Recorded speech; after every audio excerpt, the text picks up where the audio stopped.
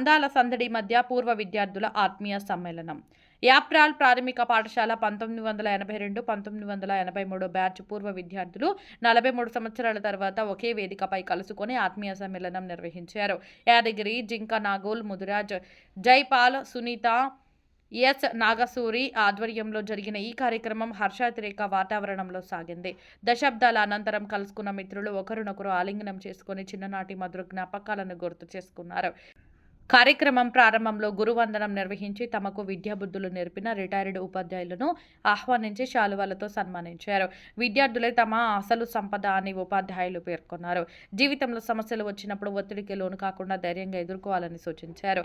మహిళలు పొదుపు విషయంలో జాగ్రత్తగా ఉండాలని, ఎక్కడ పడితే అక్కడ బయట ఆహారం తీసుకోకూడదని చెప్పారు. ఈ సందర్భంలో కొందరు భావోద్వేగానికి లోనయ్యారు.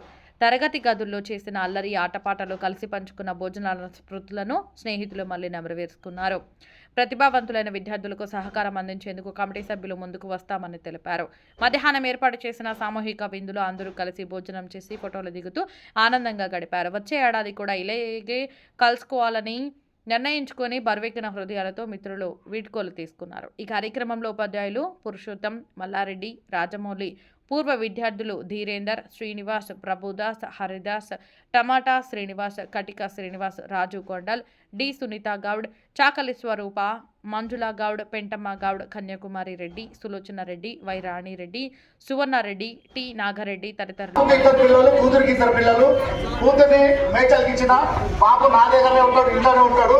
బాబు బీటెక్ చదువుకున్నాడు. ప్రస్తుతానికి మాత్రం చిన్న జాబ్ చేస్తున్నాడు. నేను మాత్రం రియల్ ఎస్టేట్ చేస్తాను. ఈ కార్యక్రమాన్ని జయప్రదం చేస్తున్నందుకు అందరికీ ధన్యవాదాలు.